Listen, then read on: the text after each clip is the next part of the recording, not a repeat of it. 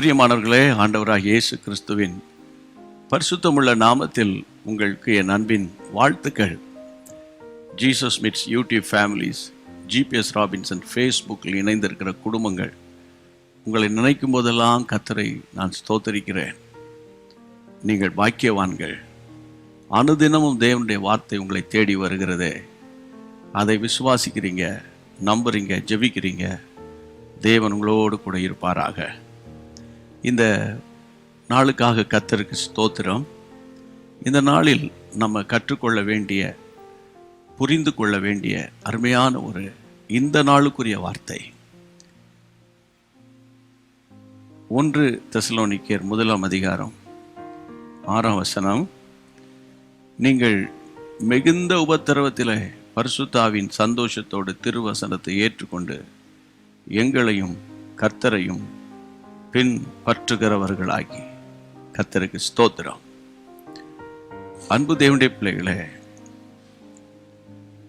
இந்த வசனத்தில் நான் இன்றைக்கு உங்களோடு கூட பேச வேண்டிய ஒரு காரியம் என்னவென்று கேட்டால், அந்த வசனம் சொல்லுகிறது, ஒரு பக்கம் உபத்திரவம், ஆனால் இன்னொரு பக்கம் அவங்க சந்தோஷமா இருக்கிறாங்க. உபத்திரவத்தில் எப்படி சந்தோஷமா இருக்க முடியும்? உபத்திரவம் நீங்கன்னா ஒருவேளை சந்தோஷம் வரலாம் இல்லையா? ஆனால் அந்த வார்த்தை சொல்லுகிறது, நீங்கள் மிகுந்த உபத்திரவத்தில் சந்தோஷமா இருக்கிறீங்க.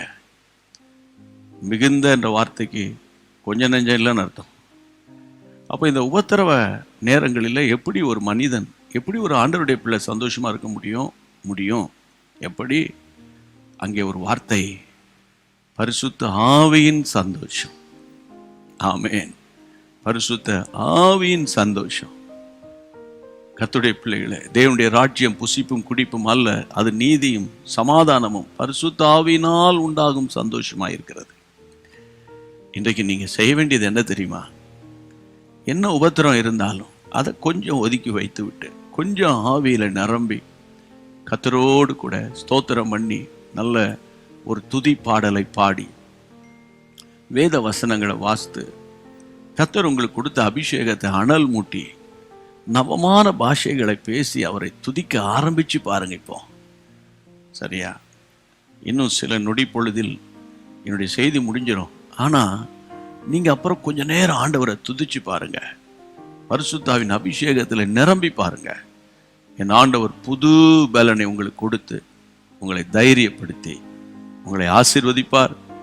உங்கள் உபத்திரம் உங்களுக்கு ஒரு பெரிய சந்தோஷத்தை கொண்டு வந்துடும். கர்த்தருக்கு மகிமை உண்டாவதாக. சரியா? விசுவாசிக்கிறீங்களா? ஜெபம் பண்ணிடுவோமா? எங்கள் அருமையான ஆண்டவரே, வானத்துக்கும் பூமிக்கும் சகல அதிகாரம் படைத்த இயேசுராஜா, உங்களுடைய பிள்ளைகளோடு கூட சேர்ந்து ஜெபிக்கிறேன். என்ன உபத்திரமாக இருந்தாலும் அந்த உபத்திரவத்தின் நடுவில் அன்றைக்கு தெசலோனிக்கே சபை சந்தோஷமாக இருந்தார்கள் அப்பா.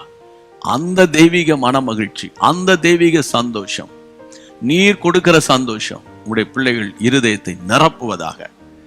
அந்த சந்தோஷத்தை திருட நினைக்கிற சாத்தானின் தந்திரங்கள் எல்லாம் துரத்தி நான் ஜெபிக்கிறேன்.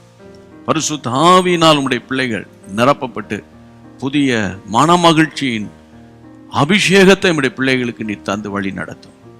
ஜெபத்தை கேட்டீரே, உமக்கு ஸ்தோத்திரம். இந்த நாள் இனிய நாளாக, இந்த நாள் ஒரு இன்ப நாளாக, ஆண்டவரே ஒரு மனமகிழ்ச்சி நாளாக இருக்கட்டும். இயேசுவின் நாமத்தில் ஜெபிக்கிறேன் பிதாவே, ஆமென்.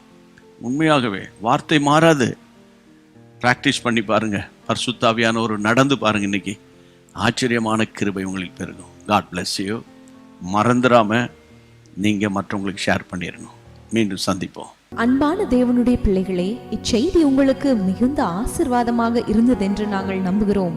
தொடர்ந்து எங்கள் செய்திகளை கேட்டு கர்த்தருக்குள் ஆசீர்வதிக்கப்பட ஜீசஸ் மீட்ஸ் மினிஸ்ட்ரீஸ் என்கிற எங்கள் யூடியூப் சேனலை சப்ஸ்கிரைப் செய்யுங்கள். மேலும் உங்கள் ஜெப உதவிக்கு எங்களோடு நீங்கள் தொடர்பு கொள்ள வேண்டிய தொலைபேசி எண் 9842252836 மற்றும் 7299546363. Email gpsrobinson@hotmail.com. கர்த்தர் உங்களை ஆசீர்வதிப்பாராக.